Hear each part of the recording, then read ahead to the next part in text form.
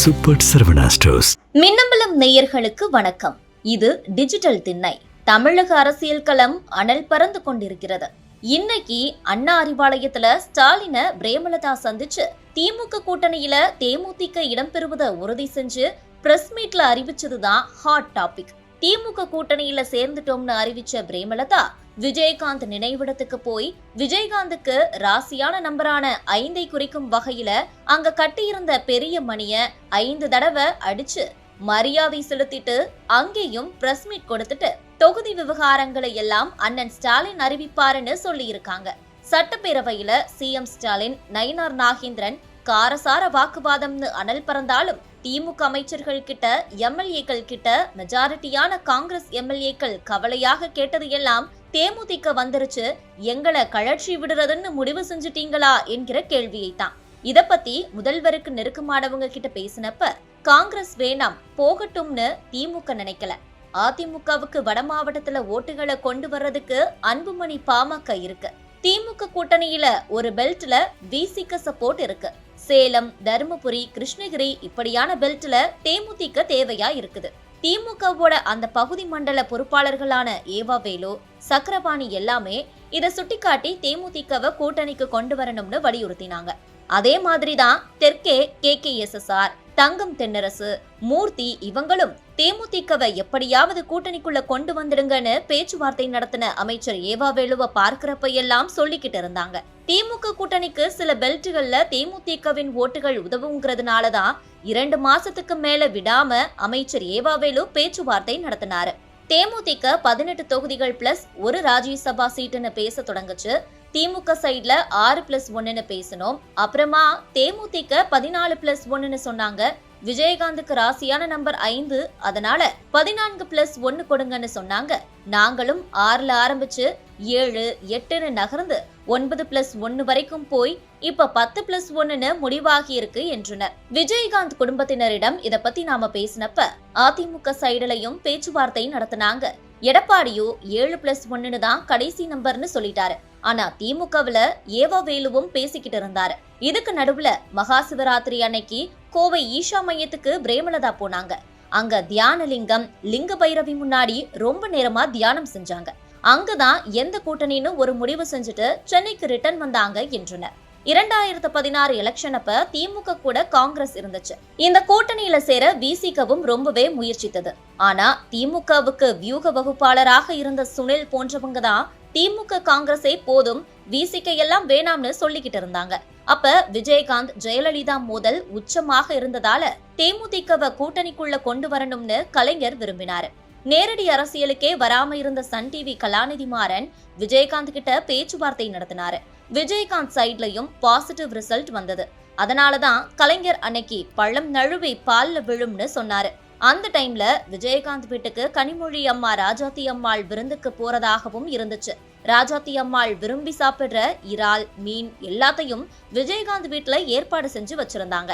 அப்ப நாங்க ஒரு லைன்ல பேசிக்கிட்டு இருக்கோமே, இன்னொரு லைன்ல பேசினா சரியா வருமா, நெகட்டிவ் ஆகிடுச்சுன்னா நான் பொறுப்பில்லைன்னு ஸ்டாலின் தரப்புல சொன்னதால அந்த விருந்துக்கு ராஜாத்தி அம்மாள் போகாம கேன்சல் ஆகிடுச்சு. இதுக்கு அப்புறம் இந்த பேச்சுவார்த்தைகள்ல இடைவெளி விழுந்தது.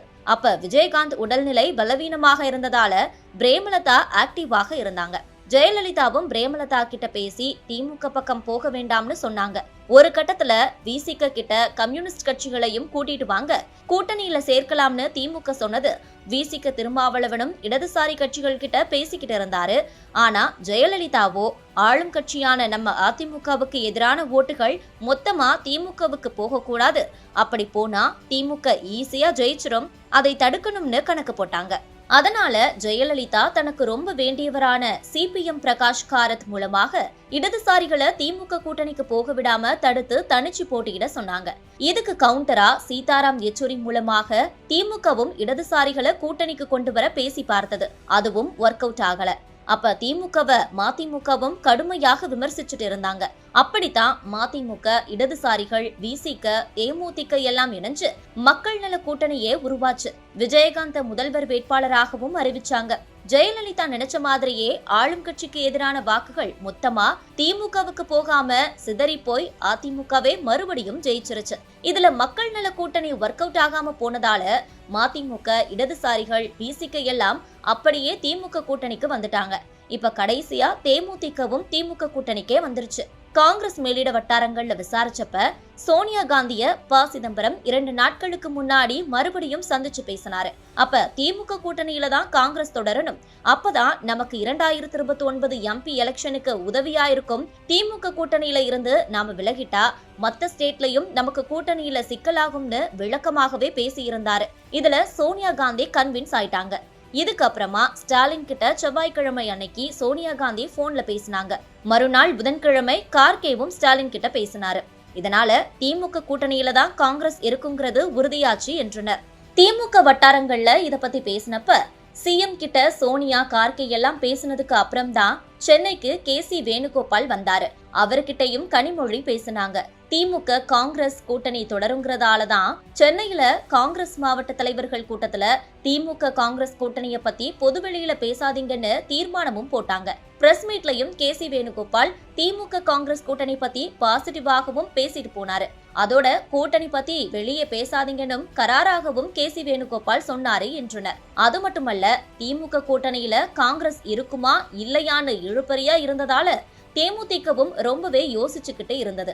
இப்ப திமுகவோட தான் காங்கிரஸ் கூட்டணின்னு உறுதியான தகவல் கிடைச்ச உடனே பிரேமலதா அறிவாலயத்துக்கு வந்து திமுக கூட்டணியில இணைஞ்சிட்டாங்க. தேமுதிக வந்துட்டதால திமுக கழற்றி விடுமான்னு காங்கிரஸ் கட்சிக்காரங்க சிலர் நினைக்கிறாங்க. ஆனா திமுக கூட்டணிய காங்கிரஸ் கன்ஃபார்ம் செஞ்சதால தான் தேமுதிகவே கூட்டணிக்கு வந்துச்சு என்கின்றனர் திமுக சீனியர்ஸ். திமுக காங்கிரஸ் உறவுக்கு சிக்கலா இருந்தது ஆட்சியில பங்கு அப்படிங்கிற டிமாண்ட் தான். அத ராகுல் காந்தி டிராப் பண்ணிட்டாரு. இப்ப சிக்கல் எங்கன்னா காங்கிரஸ் கேட்கிறது 41 சீட், திமுக சைட்ல 25 முதல் 28 வரைன்னு சொல்றாங்க. 30 வரைக்கும் கூட ஓகேங்கிற நிலைமையில தான் திமுக இருக்குது. இந்த நம்பர்ஸை வச்சுதான் பேச்சுவார்த்தை நடக்க போகுது என்கின்றனர்.